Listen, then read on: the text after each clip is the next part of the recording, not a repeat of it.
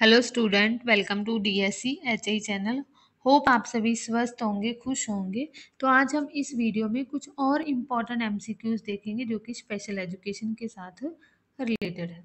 तो सबसे पहले आप अपना जो है वो होमवर्क वाला क्वेश्चन जो मैंने दिया था उसको हम डिस्कस करेंगे कि the type of cerebral palsy is. So cerebral palsy को सीपीबी लिखा जाता है। और सेरेब्रल क्या होता है कि हमारे मस्तिष्क के जो दोनों भाग होते हैं, जैसे हम बोलते हैं ना कि ब्रेन के हमारे दो भाग है, left hemisphere and right hemisphere.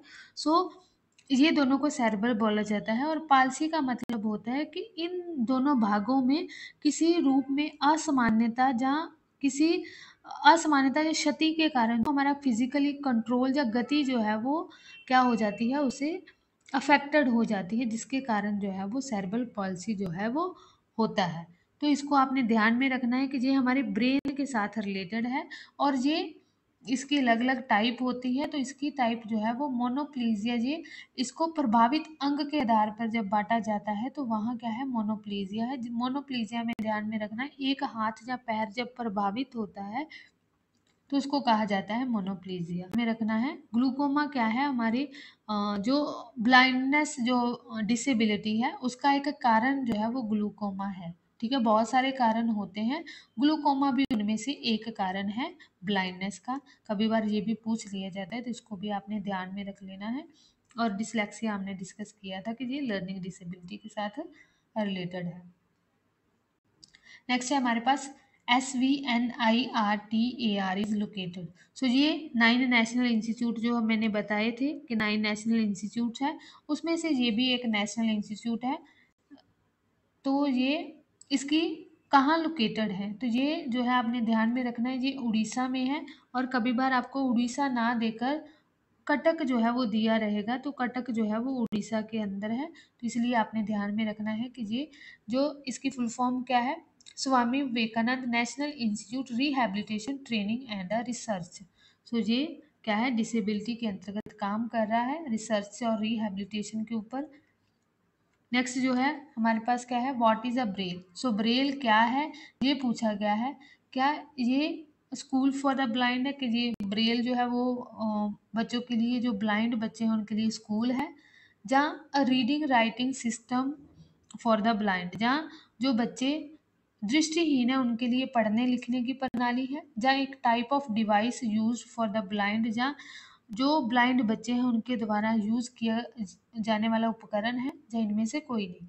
So Braille लिपि जो है वो क्या है हमारे पास, एक लुइस ब्रेल के द्वारा जो है इसका आविष्कार किया गया था, जो कि के लिए पढ़ने लिखने के लिए ये एक प्रणाली के अंतर्गत आती है। और इसमें टोटल जो है वो 6 डॉट होते हैं। कभी बार आपको डॉट पूछ लिए जाते हैं कि कितने डॉट होते हैं, इसमें टोटल जो है वो 6 डॉट होते हैं। इन 6 डॉट के अंतर्गत ही जो है वो सारी अल्फ़ाबेट्स, जहाँ जो भी स्टडी होती है इन डॉट्स की मदद से ही की जाती है, ये ध्यान में रखना है।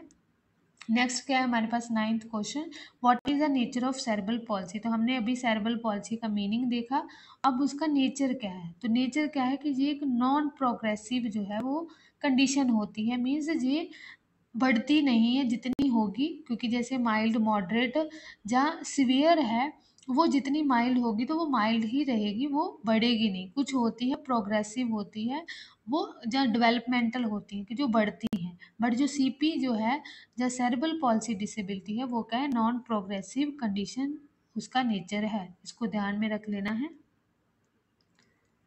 नेक्स्ट हमारे पास क्या है कि जो ISLRTC इज लोकेटेड इन। सो जो ये भी 9 नेशनल इंस्टीट्यूट में से ही एक है, जैसे हमने स्वामी विवेकानंद वाला देखा।